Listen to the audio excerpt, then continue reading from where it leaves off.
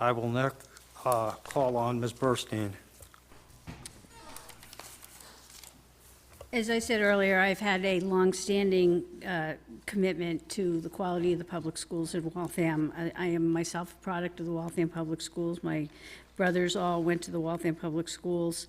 My day job, I'm the CFO for the Committee for Public Counsel, which is the agency that provides representation for those who cannot afford it and are in need of a legal representation. I've previously been the budget director for the Department of Transitional Assistance. Both of these agencies serve a clientele who would have been better off had they had a better experience with public education. Many people who end up in the service of these agencies are people who fell between the cracks somehow. We could be doing a great deal as a community to ensure, as a society, to ensure that we are educating every child to be sure that they can succeed in the world, and I think that's where we started this whole conversation. I've also been the Chief Budget Officer for the City of Newton. I am extremely fluent in municipal finance and have balanced difficult, large municipal budgets. I manage a $200 million budget where I am today. So on one level, you might say that I'm kind of a government operations nerd. But on another level, I'm passionate about kids and quality education and the doors that education can open up for them. And I see the challenges and celebrate the successes that happen every day as a mother.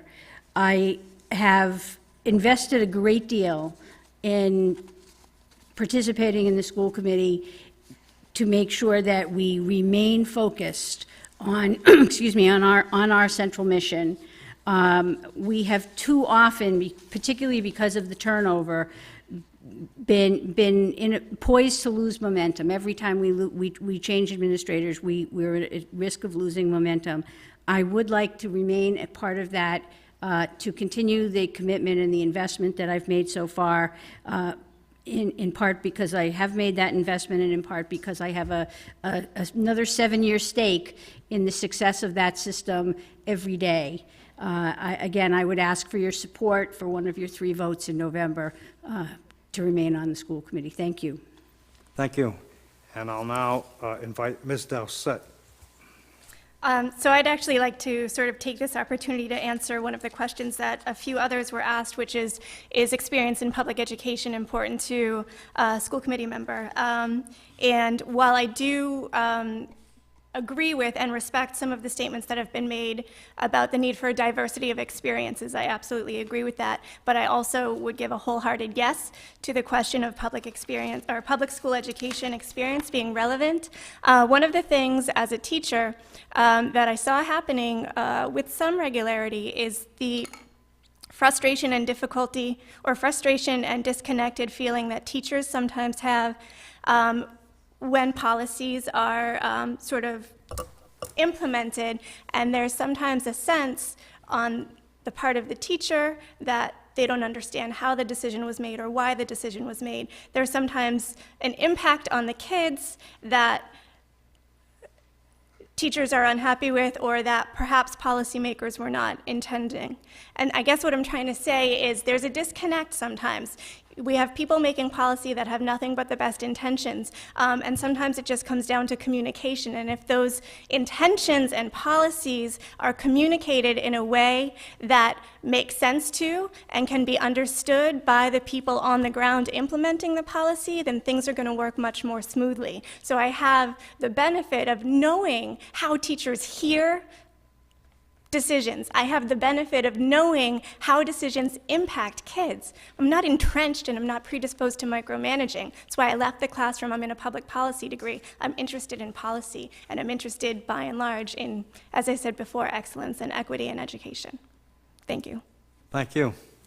And Mr. Frasca, please.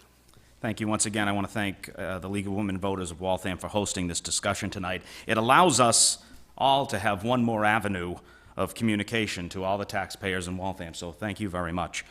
Tonight you've heard many ideas, discussions, and topics, and you must now determine who will be your candidates for school committee in Waltham when you vote on November 5th.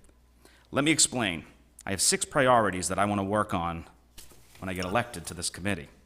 Watching our budget and making sure we spend the taxpayers' money in the most efficient of ways. Communicate with parents, teachers, administrators, and the taxpayers through my office hour ideas and showing up to their meetings. Attending those PTO meetings as a school committee member. All of us on that school committee should be doing that. Making sure we are properly managing our facilities. Keeping the curriculum up to the standards that all our children deserve, and making sure our technology is up to date as well. My name is John Frasica. I want to be your next leader in the school committee, and I look forward to your vote on November 5th. Thank you very much. Thank you.